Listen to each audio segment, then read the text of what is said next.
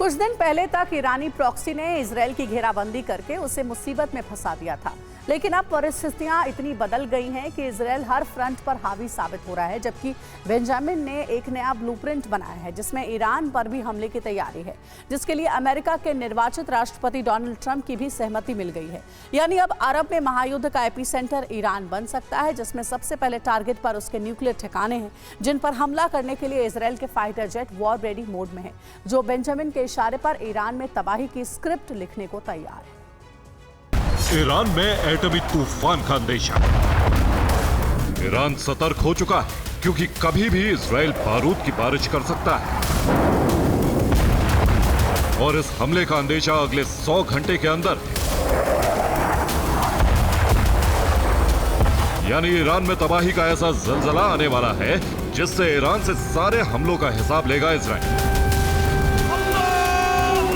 इस किसान को देखिए, इन्होंने शहद की खेती कर कमाए हैं 50 लाख रुपए। क्या आप भी ये खेती करना चाहते हैं? तो अभी डाउनलोड करें फ्रीडम ऐप। ईरान में कौन सी जगह इजरायल हमला कर सकता है, वो टारगेट करीब करीब फिक्स हो गए। न्यूक्लियर रिएक्टर, खुफिया एटमी लैब, सैन्य ठिकाने, मिसाइल साइट, हथियार गोदाम, खुफिया एजेंसी के दफ्तर और प्रशासनिक इमारतें। लेकिन इसमें सबसे बड़ा और पहला टारगेट न्यूक्लियर ठिकाने,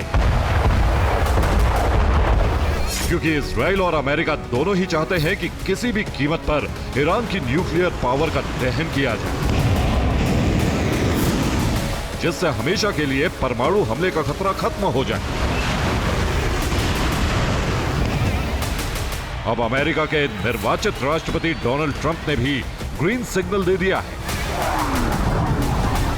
एक इंटरव्यू में जब उनसे ईरान पर हमले के लिए पूछा गया कि आपके शासन में क्या ईरान पर हमला हो सकता है, तो उन्होंने कहा एनीथिंग कैन हैपन, यानी कुछ भी हो सकता है।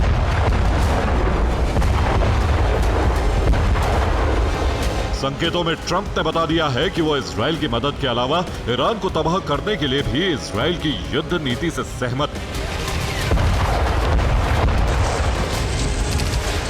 इसका सीधा मतलब यह भी है कि अमेरिका भी युद्ध में उतर सकता है। वैसे भी अरब में जो समीकरण बन चुके हैं, उनमें अमेरिका लगातार इजरायल को इनपुट देता रहा है। गाजा में इजरायल जबरदस्त तबाही मचा चुका है। हमास के सारे ठिकानों का खात्मा करीब करीब हो गया है, जबकि लेबनान में उसने अपनी सेना को तैनात कर दिया है। लितानी नदी से उत्तरी बॉर्डर तक बफर जोन बना दिया गया, जबकि सीरिया में गोलन हाइट्स पर भी इजरायल ने कब्जा कर लिया और आगे दक्षिणी सीरिया पर इजरायली झंडा लहरा दिया।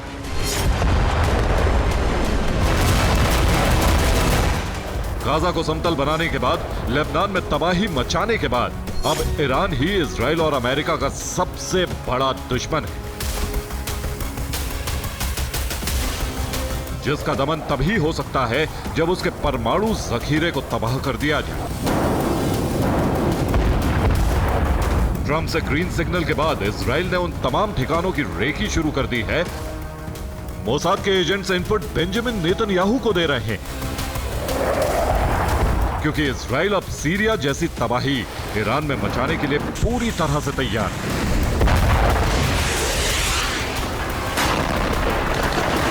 जबकि अमेरिका की तैयारी है कि वो एक तरफ इजरायल का साथ देगा, उसे सैन्य मदद देता रहेगा, दूसरी तरफ कूटनीतिक चैनल के जरिए ईरान पर दबाव बनाना जारी रखेगा। ऐसी खबरें आ रही हैं कि ट्रंप पूर्व इंटेलिजेंस चीफ रिचर्ड ग्रेनेल को विशेष दूत नियुक्त करने पर विचार कर रहे हैं। उनसे जब एक इंटरव्यू में पूछा गया तो उन्होंने कहा था, रिचर्ड ग्रेनेल एक शानदार व्यक्ति है, एक स्टार है, वो कहीं ना कहीं ऊंचे स्थान पर होंगे।